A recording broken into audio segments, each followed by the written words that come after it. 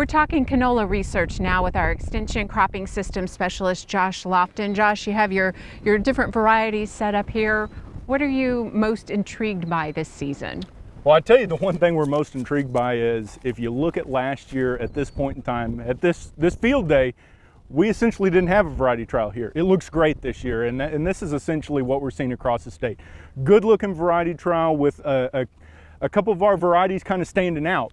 And that's kind of what I wanted to talk about today. The first one we're kind of standing right in front of, and it's our tried and true variety. Wichita came out in 1999, Kansas State variety. Still got really nice yield potential, really nice winter survival, and that's kind of what we're looking for canola. We want oil, we want yield, and we need winter survival. The next one we've gotten a lot of interest in, especially we just had our field tours.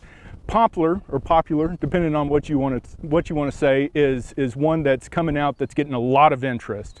It's relatively new. I think this is only the second year we've had it in the trial.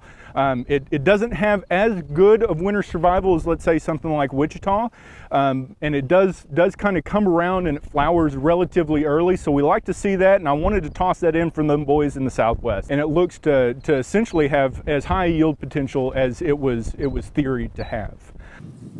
The sisters, as we always say, is HC 1115 or 115 and HC 125.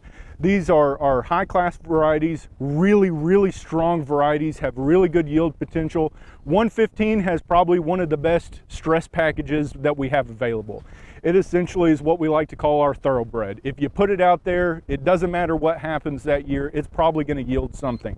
It might not blow the top off every year, but even in the most adverse conditions, we're going to get some yield from it. And it's really good stress package wise, really good yield potential. The other thing it has is a nice oil profile. We can typically get pretty decent oil, especially in a year like this where we've had really good conditions.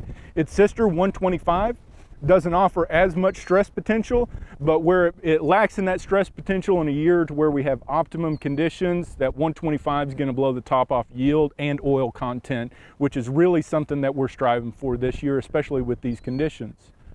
The last one we wanted to talk about is the one everybody's been interested in.